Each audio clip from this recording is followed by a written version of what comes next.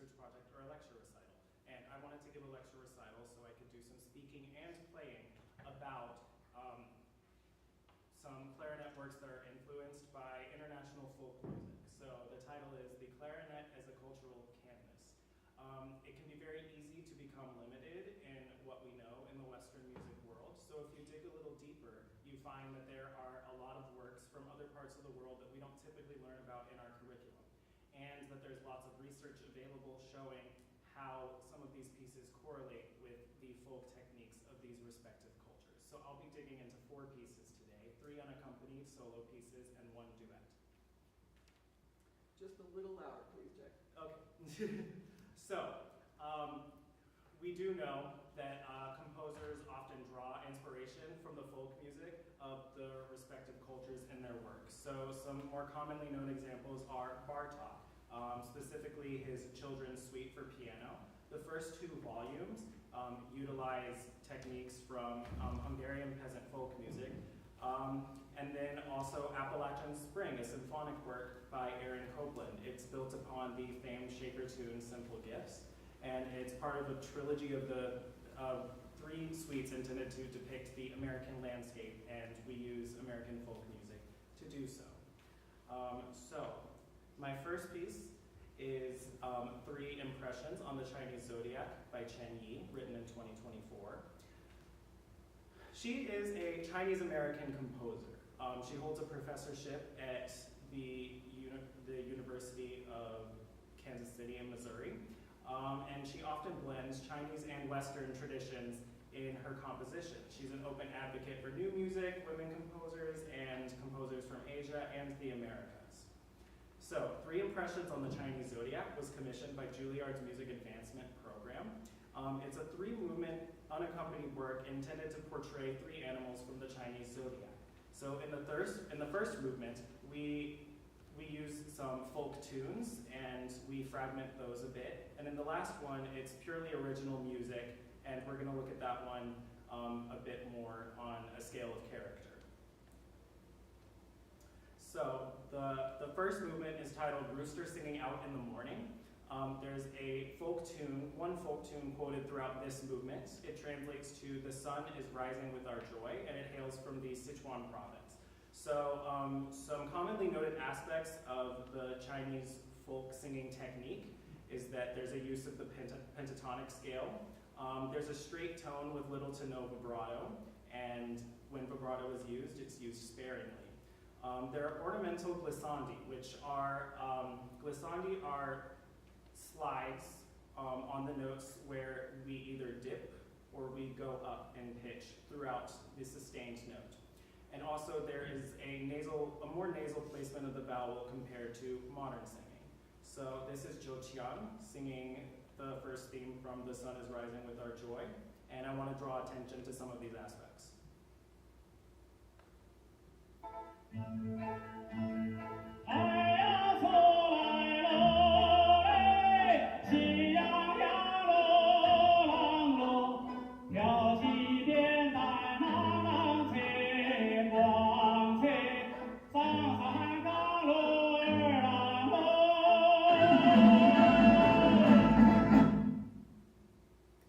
So we can see some fragments of the theme from "The Sun is Rising with Our Joy" throughout the middle section of this piece.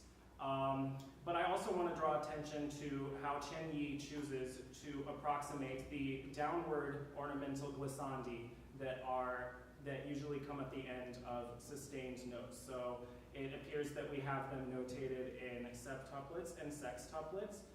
Sometimes it's a singular gliss on its own.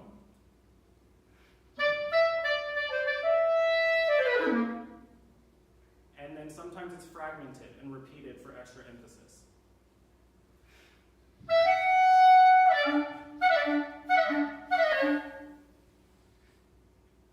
And so this technique is used quite frequently in conjunction with fragments of this theme. And the movement is sandwiched with 3 different statements of a motif intended to represent the sound of the rooster crowing at the beginning and the end of the day.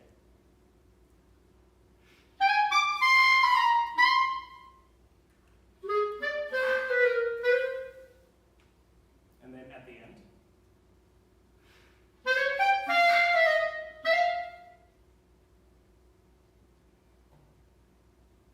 second movement takes on a bit of a different character, a bit more lively. It's intended to represent the monkey jumping around in the forest, hence its title. There are two folk tunes quoted in this, and they switch back and forth a couple of times. Thinking of My Darling hails from the Shanxi province, and Guessing hails from the Yunnan province. So some techniques used are microtones. So if you don't know what microtones are, they are notes that are in between notes. It's almost like playing out of tune on purpose and using an unorthodox combination of fingers to get this specific note that we don't typically play.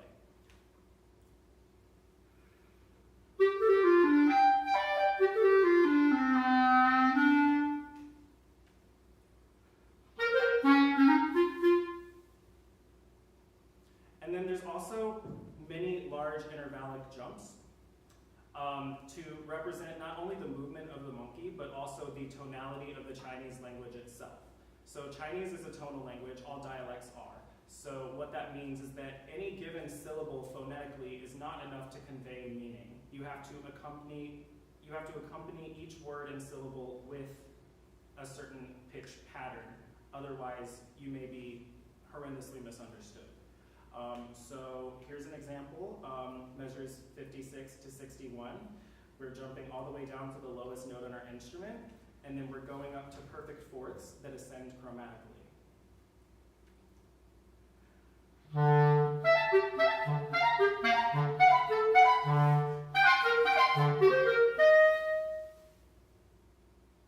And then at the end, we have a similar type of principle, but we use A half flats. So it's not our lowest note, but it is one of those microtones we talked about.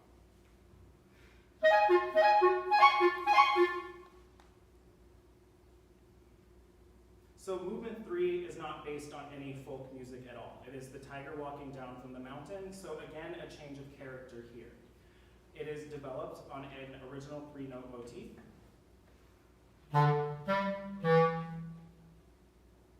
And then it's developed chromatically.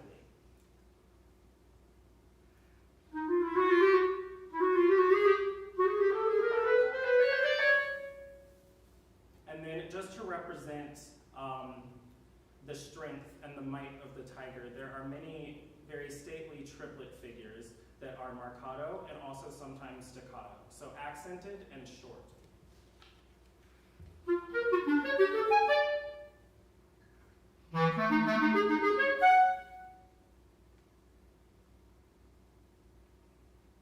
So please enjoy 3 Impressions on the Chinese Zodiac by Chen Yi.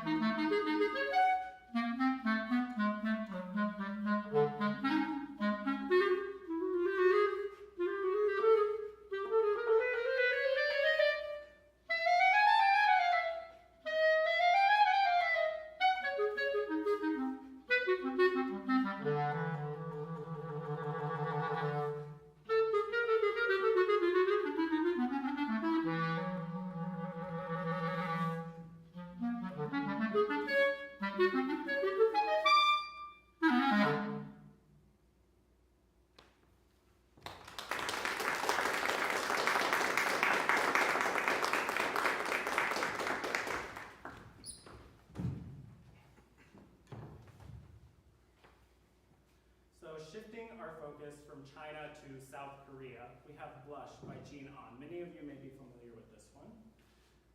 So Jean An is from South Korea. She is currently based in San Francisco. It's no secret that she has formal academic training in Korean folk music. For example, her solo vocal piece, soprano and piano, titled Folk Songs Revisited, reflects this. This piece was performed at the College Music Society Symposium and the Symposium for New Music and vast other research conferences with the accompanying research presented. So Blush was written for solo flute or saxophone in 2008, and it was adapted for clarinet in 2019 by South Korean clarinetist Wong-Kak Kim. It is based off of Ebenezer Elliott's poem When Daisies Blush from Cornlaw Rhymes and Other Poems. So first I want to talk about some time aspects of this piece. So you'll notice throughout many of the folk techniques that we will discuss, rhythmic freedom is a theme. So the bar lines here are intended to drive the phrasing, and they're not really intended to police your pacing. So the program notes say pretty much go crazy. Play very expressively, and don't let the bar lines intimidate you or keep you from being expressive how you should be. There's also many examples of some long, short, and short, long patterns intended to create rhythmic displacement. So uneven subdivisions like a 16th followed by a dotted 8th, or landing on a resolving note on the second 16th or the fourth 16th, anything to create that sort of rhythmic displacement. So one of those figures sounds like this.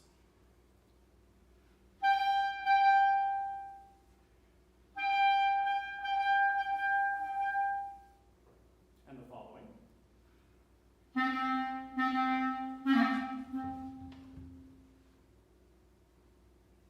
And then a common contemporary technique is feathered beaming. So as you can see in our bottom two examples, the beams at the bottom of the notes, they increase in number, and they either fan out or they close up. So that means instead of dividing the notes within the beat evenly, if it fans out, you start slower and go faster. And if it closes in, you start faster and go slower. So here's what that sounds like.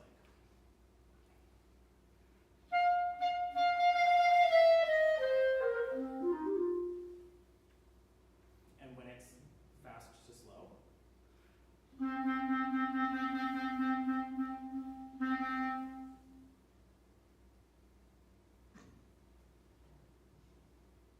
So apart from time, we also have microtones in this piece as we discussed before. But it is a rough notation of an ornamental change of pitch that happens in traditional Korean wind music. So a sustained note for emphasis or for embellishment may change pitch throughout or at its release. And that's been notated in microtones with glissandi sometimes in this piece. So our first example shows what it sounds like to change your pitch throughout the beat.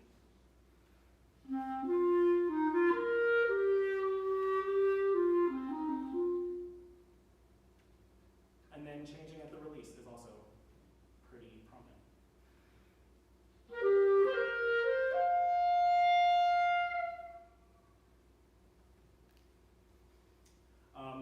Speaking of glissandi, these appear ornamentally as well, and they're rather fast.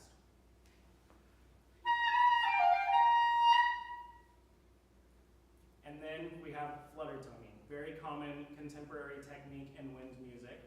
So instead of doing my normal tongue movement here, I'm actually going to place it a bit higher and roll my R.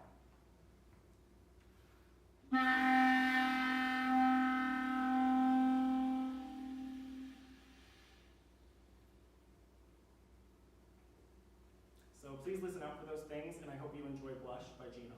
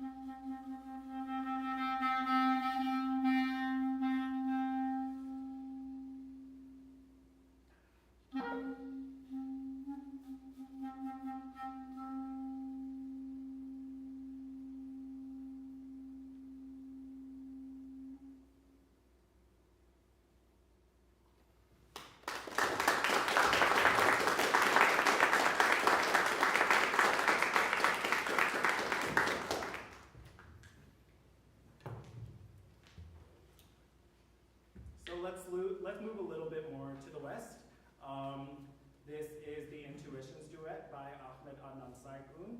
The word is pronounced Sezişler.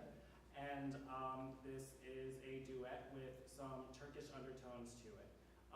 So Ahmet Nansaigun was actually a big name in Turkey. He studied at the Paris Conservatory and had his longest professorship at the Ankara Conservatory in central Turkey. So Intuitions is written in 5 movements, and some foreshadowing about the rhythmic freedom of this piece is that the first movement has bar lines, but no consistent meter, and the rest of them have no bar lines. So you're left to count everything on your own and interpret everything tastefully. So there are 2 specific things I want to point out in this piece. So the opening motif, which appears a few times, is influenced by the Turkish adhan. This is what we call the Muslim call to prayer in Turkey. And it's sung 5 times a day in countries that practice Islam. And it's sung proudly by one person alone. Clear phrasing and clear diction, but a free improvisatory kind of style. So this was recorded in Istanbul.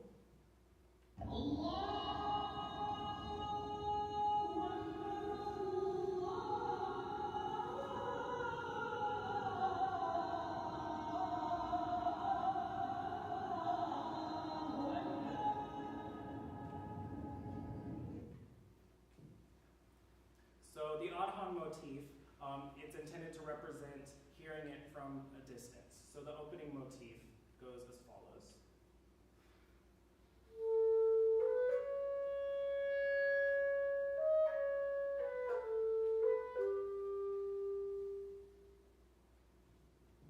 A few measures into the first movement, it returns with some rhythmic alteration.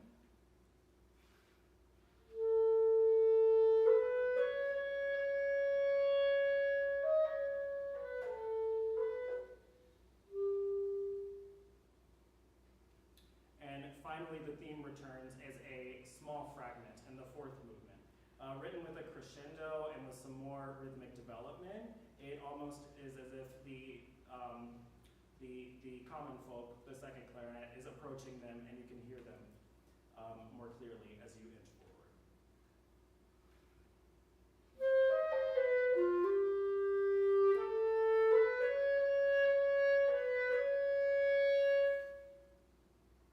You'll notice throughout this piece that the 2nd clarinet actually has more hard-hitting solo material and technical lines than the 1st clarinet, because it's from the point of view of the observer from a distance. Now let's talk about Turkish aksak. So aksak is used in Turkey and the Balkans, and it's characterized by 2 things. So one is varying subdivision on each beat. So for those of you who aren't familiar, in music we typically get a time signature with 2 numbers. The top number represents how many beats are in the bar, and the bottom number represents how many smaller pulses are inside of the notes, and what would you consider 1 beat. So in this scenario, in the Intuitions duet, there's actually no time signatures at all. But as you can see in number 9 from Saigun's 10 etudes on aksak rhythms for piano, we are given 1 number. And if you look very closely, things look normal, quarter note, quarter note, quarter note, and then we have a dotted 8th. So this is one way that we create that limping feeling, that bit of rhythmic displacement and unease. And then there are contrasting subdivisions between 2 voices as well. So how is each beat divided? How many notes are we fitting equally into each beat? With aksak, they're placed with different subdivisions against each other. And it creates a feeling of maybe they're playing something wrong, but it's intentional. It creates that sort of limping forward feeling and that unease that aksak is intended to create. And so we have some examples of that in the Intuitions duet. So in movement 2, we have Our fourth subdivision only has 2 16th notes. The rest of them are full quarters. So it creates this feeling that you're walking and you've accidentally taken a wrong step and you have to catch yourself. This is best represented with both voices, so you'll hear it in a moment. So as for subdivision contrast between the two voices, a great example is in the third system of the third movement. The first clarinet starts with a duple subdivision and goes to triplets. And the second clarinet plays sextuplets followed by septuplets. A bit of dis-ease created there. And then he moves to a duple subdivision on the following 2 beats, in contrast with the triple subdivision that I just moved to. So you'll hear it. So please join me in welcoming a great colleague and a great friend to the stage, Josh Kelly, and please enjoy Intuitions.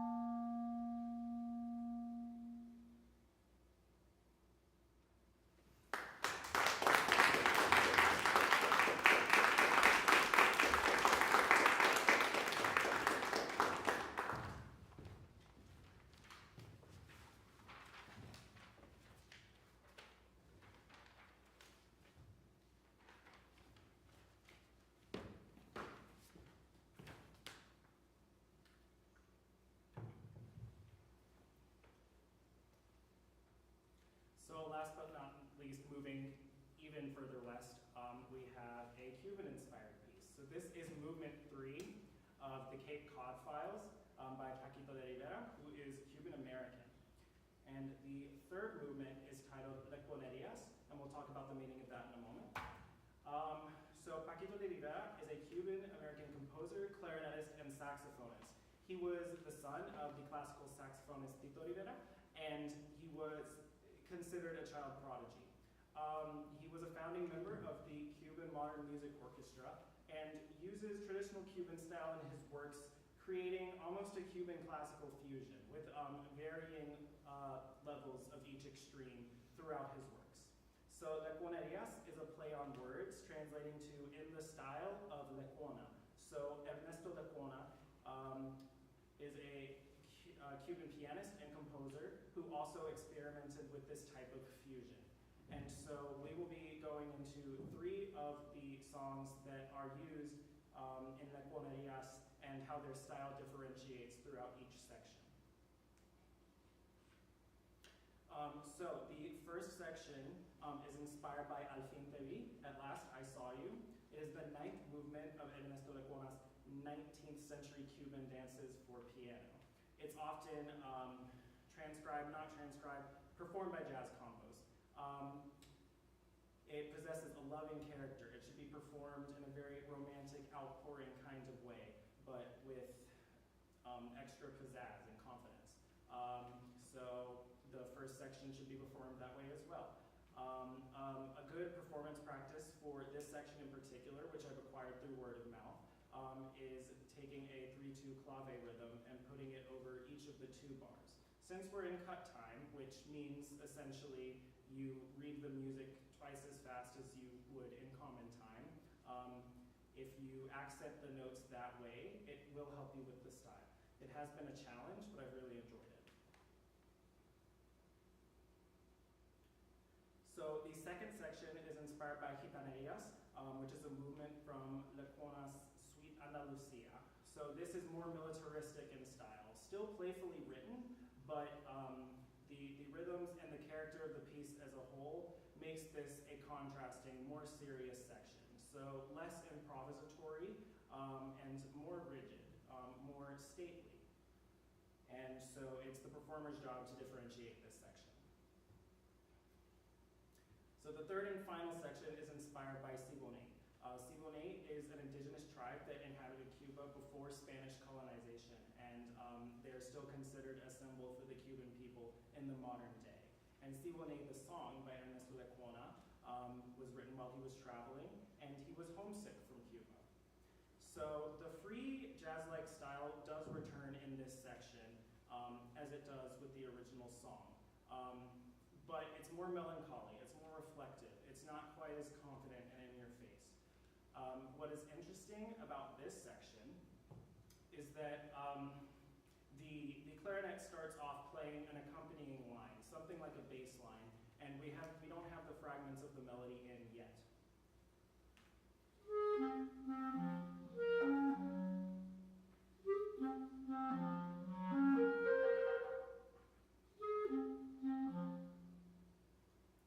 And then directly after, we see fragments of the theme go where those rests initially were. So it's the performer's job to differentiate and show that you've done the research and make the melody heard.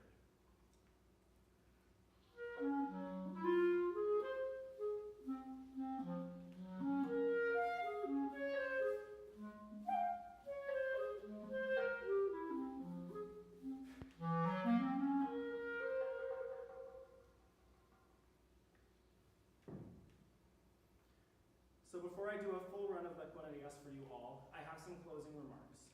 So why should we take it upon ourselves to learn music from underrepresented composers, even if you have to do the extra digging? Well, there's a lot to learn in the Western music curriculum, and usually we stick with what we know, North America and Europe. But if you dig a little deeper, you realize that the clarinet and any instrument or voice has so much more repertoire for it than we care to admit. And as we do the research for these things, we can educate others. We're supporting the composers of different cultures and helping with representation. It's a great teaching tool, a great way to help students into their repertoire with a little bit more diversity. And most importantly, you understand how your instrument can be the mouthpiece for these other cultures. So where do you start in doing just the base level research? There's plenty of theses and dissertations available, and they delve into very specific things, how certain pieces pertain to the folk music of the composer's respective culture. You could even watch a documentary. It doesn't have to be related to music, but giving yourself that extra knowledge and context about things we don't learn about typically in the Western curriculum, it gives you better perspective for performing. And as you do that research, you'll slowly make those connections between your newfound knowledge and the compositions themselves. So